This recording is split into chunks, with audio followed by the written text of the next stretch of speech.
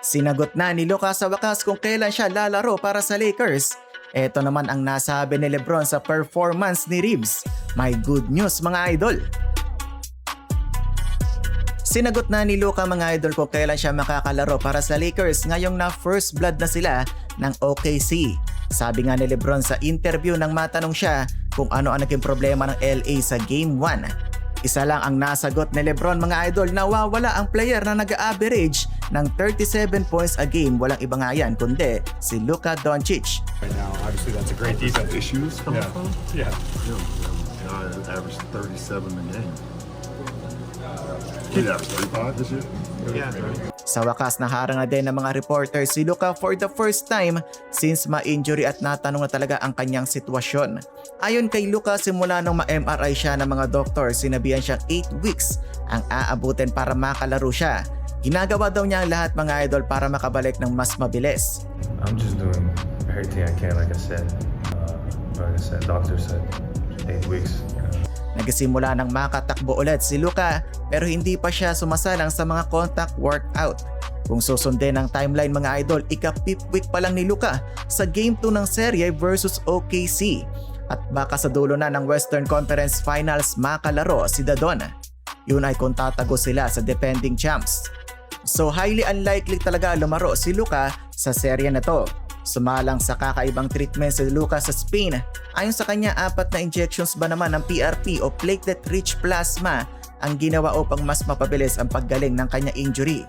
Etong treatment mga idol ay talagang ginagawa ng mga atleta na gustong mapabilis ang kanilang recovery period. Sumalang din dati si Kobe Bryant sa treatment na to. Yeah, I went to Spain to do PRP. I was in space so long because I needed 4 days to get another shot.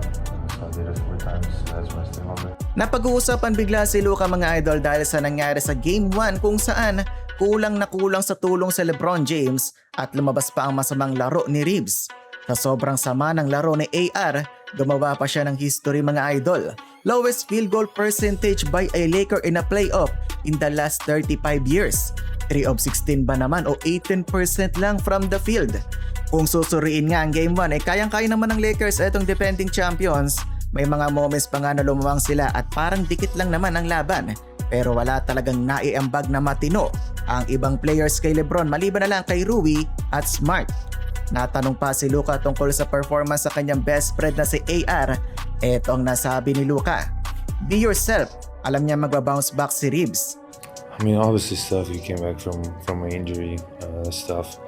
But my message to him is just be yourself. No, he's an amazing player. And we all know he's gonna bounce back.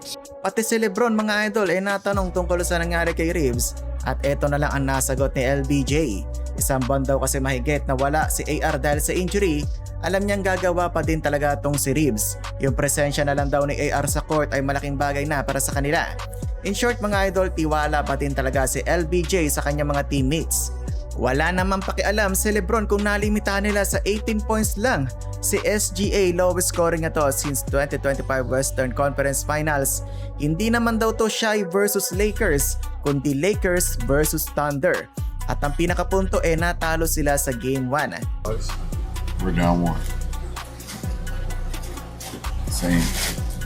Shea versus Lakers. It's Lakers versus Thunder.